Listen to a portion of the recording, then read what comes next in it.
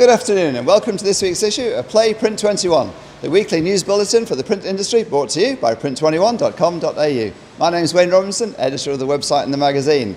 This week, Print21 is in Far North Queensland, our tourist town, as you know.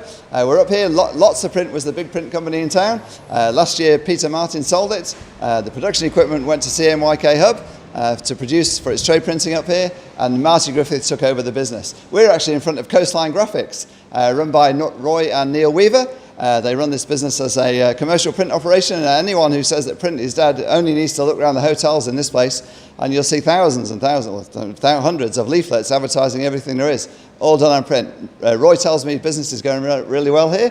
He's also got Mossman Printing, and that's a nearby print business that focuses on promotional printing, on pens, mugs, caps, that kind of thing. So a great business. Neil and his son Roy run that. The news this week in print, of course, is dominated by the budget. And for the print industry, it seems it was really good news. In fact, PIA CEO Andrew McCauley described it as a breath of fresh air for the industry, with the instant write-off for $30,000, the big investment in training, $525 million, also personal tax cuts that are going to deliver $7.3 billion sugar hit to the economy, or so-called sugar hit, which should, of course, result in more printing as those retailers and organisations promote their businesses. So great news for the industry there. We've also, in the news this week, well, the sign industry is what we've been looking at.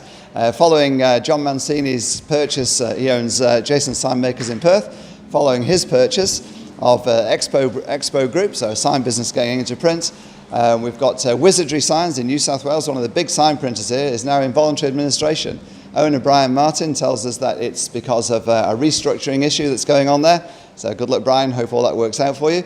And then also the big specialist sign printing company in Adelaide, ECS, Peter Vasek's business, he's got it up for sale, unfortunately, due to ill health. Great business. That's the signs that are produced for all the super durable signs that go into defence, mining, all those signs that have to last a long time. He's the specialist company in the country, and most of the sign printers would send work to him for that thing.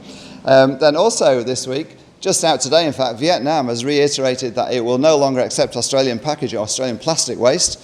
India last week said that it is not going to accept anymore. That's 13% of all Australian packaging plastic waste goes to India. Following on from China, from Malaysia. What does all this mean for the printing industry? Well, it means a move into paper packaging and card packaging will be hastened. Not least because these countries are no longer accepting our plastic waste, but also because the big brands want to be seen to be sustainable. L'Oreal famously last year, for instance, introduced its seed pyronutrients, which is beauty products packed in paper, and we'll see much more of that, which means much more opportunity for printers.